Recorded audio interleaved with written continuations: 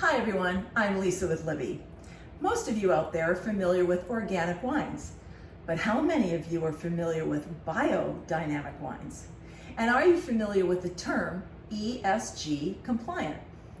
Well, let's first start talking about ESG. What exactly does that mean? Well, and what does it stand for? Well, ESG stands for Environmental Social Governance. And we here at Libbey are an ESG compliant organization. So what that means, basically in a nutshell, is not only do we take our manufacturing very seriously, but also here at Libbey, we follow strict guidelines to make sure that we produce the very best products for you, the consumer, as well as be cognizant of the raw materials that go in them. And also too at Libbey, we are a diverse, equitable, and inclusive organization.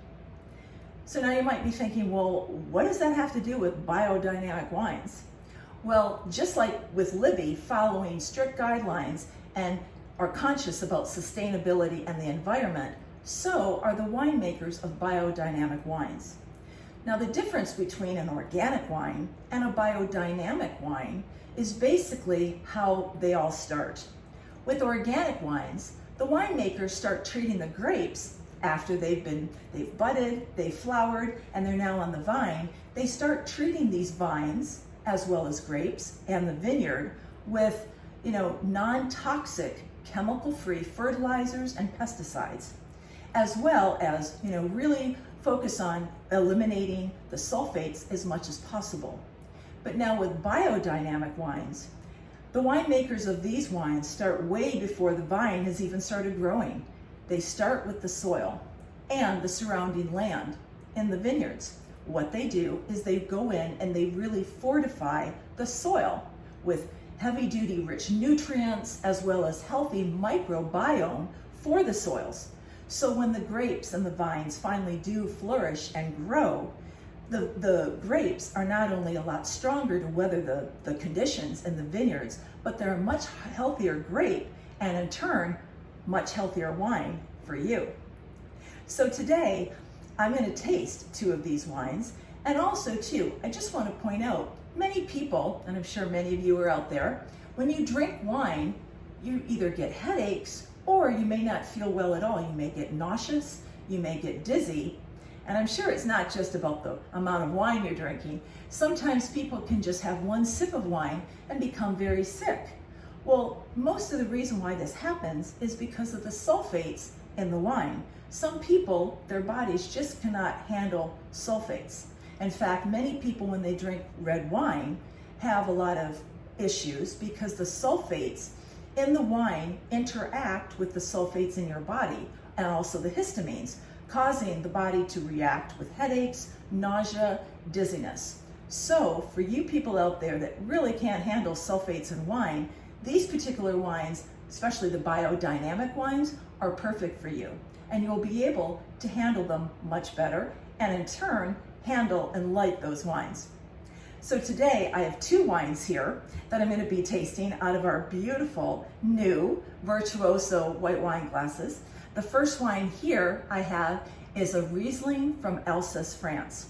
The vineyard is Trombach, and this has about 13% alcohol in it. It is a beautiful, refreshing wine, especially for summer.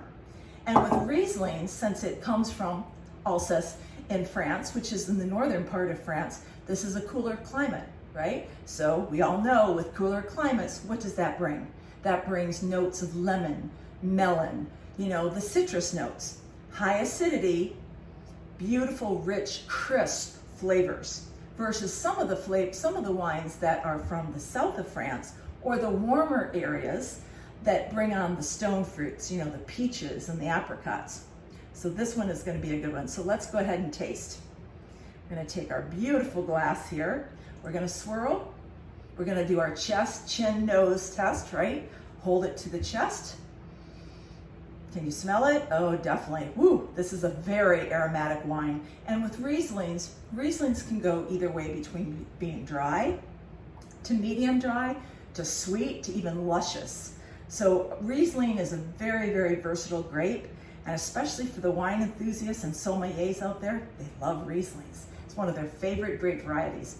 So chest, I can smell. Chin, definitely smell. Let's get our nose in there. Beautiful, beautiful hints of lemon, a little bit of melon. Let's go ahead and taste.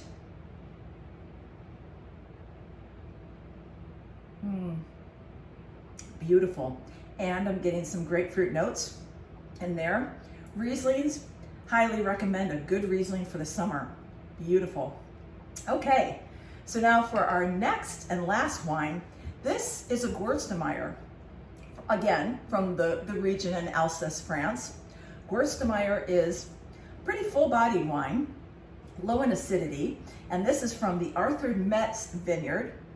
I have not tried a Gewürztraminer until recently, and this gives incredible fruits of like lychee and gooseberry and very interesting fruits that I've never really had before. So here again, I recommend this wine also for your summer parties, entertaining. It will not disappoint. So let's go ahead and taste out of this one. And again, here I'm using both our new Virtuoso white wine glasses, right? Because these wines are very high in acidity with good fruit notes. So let's swirl. Gewürztraminer is not really an aromatic wine as much as Rieslings or Sauvignon Blanc are. So I'm not getting many notes here. Let's do the chin test. Can smell a little bit. Definitely I can smell from the nose. And I'm definitely getting that gooseberry flavor, that very interesting fruit flavors that, you know, you don't get from a Riesling or a Sauvignon Blanc. So let's taste.